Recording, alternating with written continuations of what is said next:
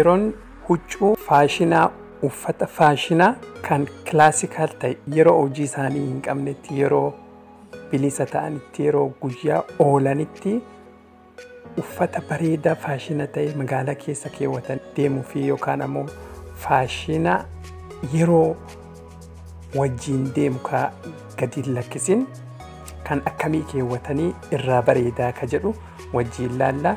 Keessumattuu yeroo jaalallee keessa wajjin beellama qabaatanii jaalallee keessa wajjin wal arguuf deemtanitti uffata akkamtu isinirraa bareedaa yookaan ammoo furtuu lama ofirraa qabu jechuudha yookaan ammoo ka ziippii qabullee ta'uu danda'a. Uffanni akkasii kasuutaa baay'ee filatamaadha. Keewwatanii jaalallee ofii wajjin wal arguu fi yeroo beellama qabanitti wal arguuf baay'ee bareeda.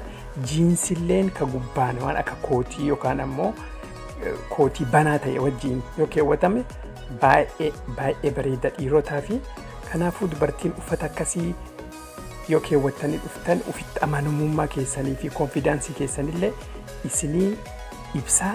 Ammoo dhiirota duraanii dhiirota faashina duraanii yookaan faashina yeroo gadi lakkisin faashina dhiirummaa mul'isuu jechuudha faashinni kuni.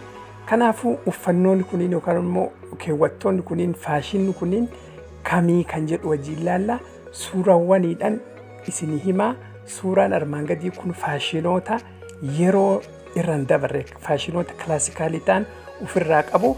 Tokko lama sadii jedhee isinii himaa. Hanga dhumaatti na laala. Ammoo chaanalii kan subscribe gochuun dagatinaa. Viidiyoon kun yoo isinitti tole laayikii godhaa.